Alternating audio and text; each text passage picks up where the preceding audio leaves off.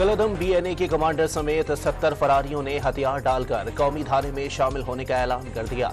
बलोचों के हाथों बलोचों का खून बहाया गया, साबिक कमांडर का दावा। आर्मी चीफ ने अमरीकी थिंक टैंक्स और सहाफियों के सामने कश्मीर और फलस्तीन पर मौक़िफ़ वाज़ेह कर दिया।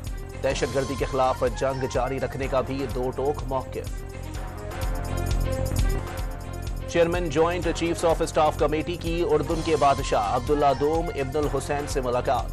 जनरल साहिर शमशाद मिर्जा को आला सरकारी एजाज से नवाजा गया।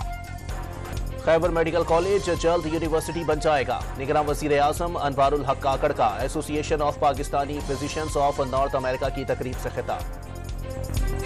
वफाकी हुकूमत ने किसी को भी कॉल रिकॉर्डिंग की इजाजत नहीं दी। कोई सरकारी एजेंसी रिकॉर्डिंग कर रही है तो वो गैर कानूनी तरीके से कर रही है। अटॉर्नी जनरल का इस्लामाबाद हाई कोर्ट में मौक़िफ़। खैबर पख्तूनख्वा बार कौंसिल ने हल्का बंदियों पर तहफ़्फ़ुज़ात का इजहार कर दिया। कौमी असम्बली में खैबर पख्तूनख्वा की नशिस्तें कम किए जाने पर अफसोस का इजहार। इलेक्शन कमीशन से आईन और कानून के मुताबिक जिम्मेदारी पूरी करने का मुतालबा।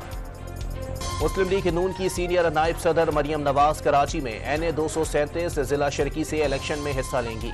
लीगी कारकुन ने कागजात नामजदगी हासिल कर लिए। मुल्क में 16,05,487 नए वोटर्स का इजाफा। वोटर्स की कुल तादाद 12,86,00,000 के करीब पहुंच गई। आलमी बैंक ने पाकिस्तान में इदारा जाती इस्लाहात के लिए $35 करोड़ कर्ज की मंजूरी दे दी। फंड से तवानाई शोबे के नुकसानात कम करने में मदद मिलेगी। सारा इनाम कत्ल केस में मुजरिम शाहनवाज अमीर ने सजाए मौत के खिलाफ इस्लामाबाद हाई कोर्ट में अपील दायर कर दी। ट्रायल कोर्ट का फैसला कलअदम करार देने की इस्तदा। कराची डकैती केस में मुलव्विस जेर तरबियत DSP ने अपने SSP के कहने पर छापा मारा। पब्लिक प्रोसिक्यूटर ने मुलजिम को बेकसूर करार दे दिया। और कौमी क्रिकेटर शादाब खान पंजाब पुलिस के ब्रांड एम्बेसडर बन गए। स्टार प्लेयर शादाब खान ने एजाजी DSP मुकर्रर करने पर IG पंजाब को सैल्यूट किया।